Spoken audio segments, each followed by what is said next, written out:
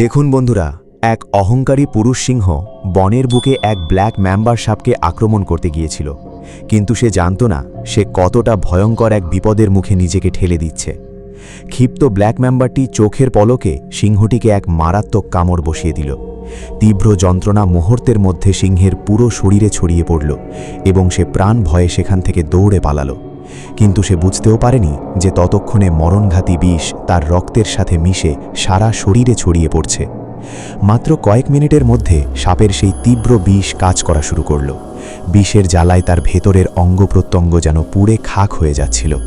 সিংহের শরীর নিজের নিয়ন্ত্রণের বাইরে চলে গেল এবং সে অনবরত কাঁপতে লাগল, আর তার মুখ থেকে লালা ও সাদা ফেনা বের হতে শুরু করল। পাশে থাকা সিংহটি এই অবস্থা দেখে আর কোনো উপায় না পেয়ে তাকে একা রেখেই সেখান থেকে চলে গেল। বিষের প্রভাব যত বাড়ছিল, সিংহের ছটফটানি ততই তীব্র হচ্ছিল। সে কাঁপতে কাঁপতে কোনো মতে উঠে দাঁড়ানোর আপ্রাণ চেষ্টা করল, কিন্তু অবশ হয়ে যাওয়া পা দুটি তার শরীরের ভার সইতে পারল না।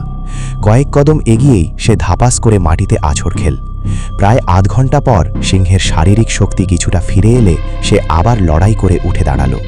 সে ভাবল, যদি কোনো জলাশয় বা পানির খোঁজ পাওয়া যায় তবে পানি খেয়ে শরীরের বিষ কিছুটা কমানো সম্ভব।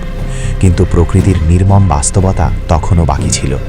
মাত্র কয়েক পা এগোনোর পরেই তার পা আবার অবশ হয়ে গেল এবং সে এক মাতালের মতো একই জায়গায় গোল গোল হয়ে ঘুরতে লাগল।